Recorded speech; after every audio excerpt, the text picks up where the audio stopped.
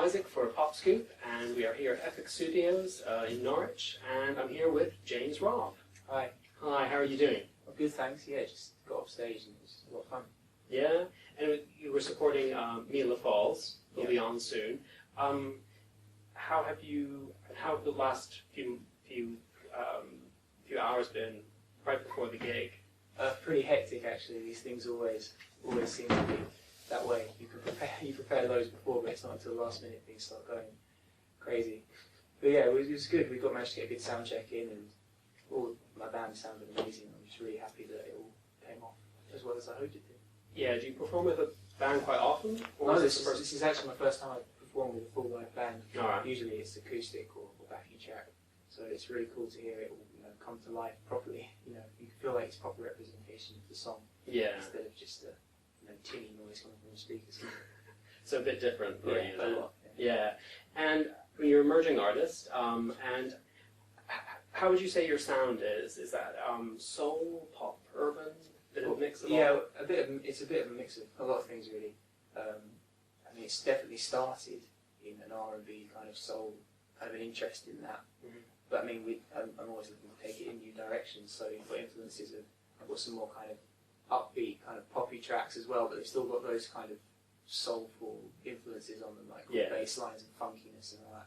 So I really like doing that.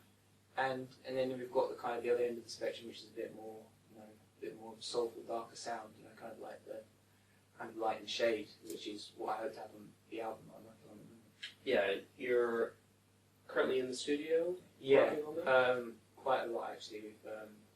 We've almost got a full album worth of songs. It's just a case of picking the ones that we think are really the direction we want to go in. You're trying to choose your first single at the minute. Or? Yeah, I think we're nearly decided on one. Sleeping with the Light On is a strong contender. Yeah, it was your last song tonight. Yeah. Tonight, yeah. I think we just everyone in the band and also my manager and my management team will really love the sound of that song. We're going to try and shoot another music video for that and see where it goes. See if we can get a proper release for it. Okay, and you shot a bit before too, right? Yeah. For your cover of Frank Ocean's Yeah, song? for my remix of We All Tried by Frank Ocean. How was that for you? It was crazy, really. It's, you kind of look in the mirror and imagine doing it since you're little, but actually doing it is a whole other thing. It's kind of scary, all the lights and people watching you. Kind of just got to throw it into the shit away and just roll with it. Yeah. And we film that here in Norwich as well, so yeah, I've got quite a few links to the city now. Yeah. And what was the first spark that got you going in music? Do you remember? I don't remember a particular spark really, but it's definitely just always been there. I mean, my parents are both into music, my dad especially. I mean, he always used to, it's cheesy, but he'd sing to my mum when she was pregnant, thinking that I could hear the music, all that sort of stuff. Ever since I was a baby, I'd be listening to music in the car and everything. So what sorts of stuff were they into? My dad's a big David Bowie fan, but I don't know if that really rubbed off on me much. But not so much for you. But no, definitely the soulful thing as well. Soundcloud, Marvin Gaye. That's something I've kind of grown into in the last teenage years and stuff. So yeah, I definitely take a lot of it from my parents. Yeah, and what got you started on the idea of a solo career? Well, I guess when I was 14, 15 in school, I didn't really have an idea of what I wanted to do. I knew I liked singing. I was in choirs and stuff, but I never really, thought I could do it as a career. It was always just a dream. But I mean, I had a year out of school, due to I had a few problems and illness. So I was out of school for a year, and music was really kind of just the one thing that I could kind of latch onto. And I kind of got some perspective that I wouldn't usually have had if I just gone ploughing through to uni and all that sort of stuff. And trying to think. Yeah, and I just really decided that it was what I wanted to focus on. So I've kind of had this last year as a gap year, as it were, to just pursue music and just go all out on it and hope that it comes off. I don't want to be the person in 40 years or 30 years' time that says, what if I tried? I want to see how it goes. Oh, well, it's going well for you. Yeah. You've done a lot of covers so far. You've done quite a wide range that sort of shows your talent and your voice. So Adele and Chris Brown and Justin Timberlake. Yeah. What are your favourite ones that you like to? What's your favourite cover?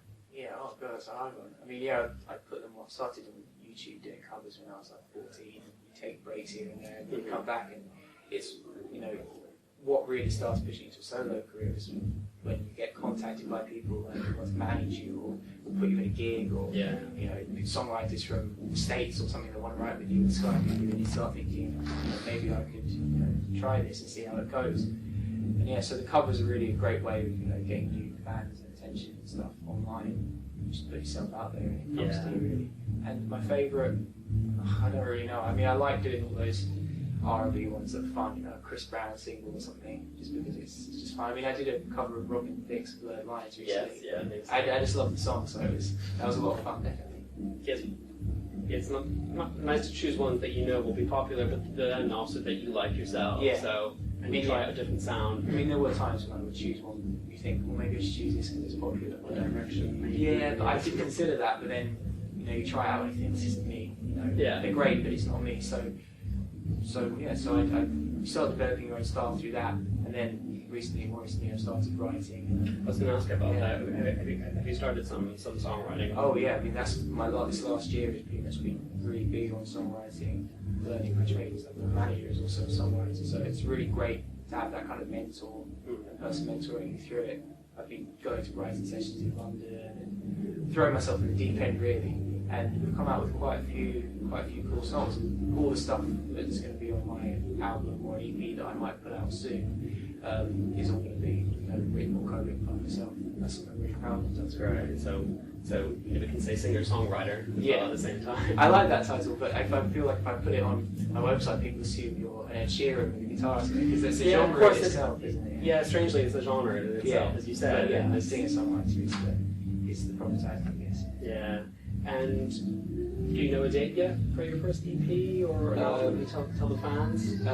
Not yet, but I definitely will be posting more info on it. And there'll be the first note when I post it on Twitter, which is at James A. Robb, and facebook.com/thejamesrobb. Great, get that. So yeah, I post there every day, sometimes a bit too much. So yeah, no information will be kept back from there. Yeah, it's nice to have that your reaction from fans straight away too. Oh yeah, definitely. Yeah, it's great. I can put up a cover and then I can instantly tell from the feedback whether it's the right kind of thing I should be doing, or whether, you know, maybe it's a bit too far in this direction.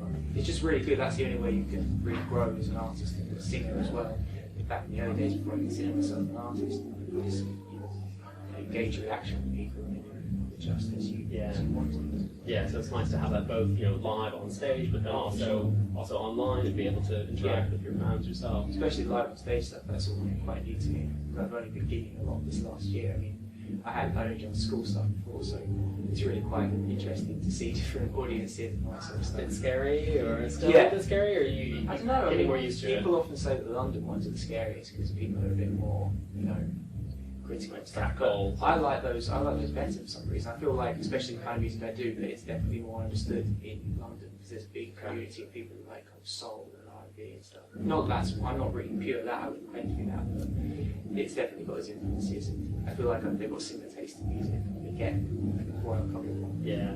And what's coming up for you the next few months? We're looking to take this band by performance tonight. We're looking to get them on tour. So you should expect definitely tour dates for the new year.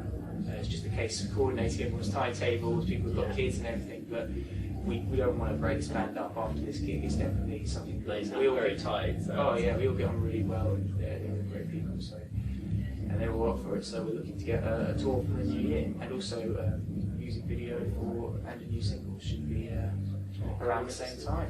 Yeah, great. Well, thank you so much, James. It's been great talking to you, and we look forward to seeing and hearing much more from you. Thanks so much.